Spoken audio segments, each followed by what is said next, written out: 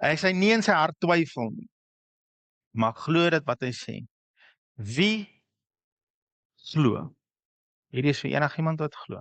Onthou dit begin met, jy moet geloof in God hê. Jy moet oortuig wees van wie God is en jy moet jou vertroue in God sit. En as dit jy is, kan jy vir jou berg sê, hef jou op, gooi jou in die see. Hy sê, as hy nie twyfel nie, maar glo dit wat hy sê gaan gebeur, vir hom sal dit gebeur.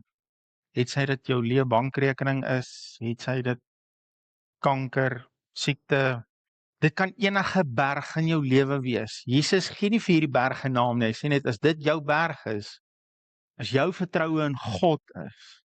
En onthou, dis nie my of jou krag wat die berg skuif nie. Dis nie Jesus omdat hy God is wat vir die boom gesê het, niemand sal ooit weer van jou eet en toe vrek hy nie. Dis die krag van God. Jesus leer hulle hier hoe het hy die boom doodgemaak.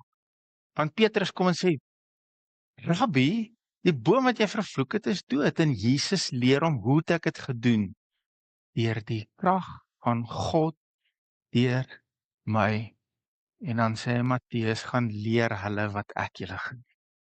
Dis die krag van God deur jou, wat jy vir jou berg sê, ek sê nou vir jou, tel jouself op, gooi jou in die see.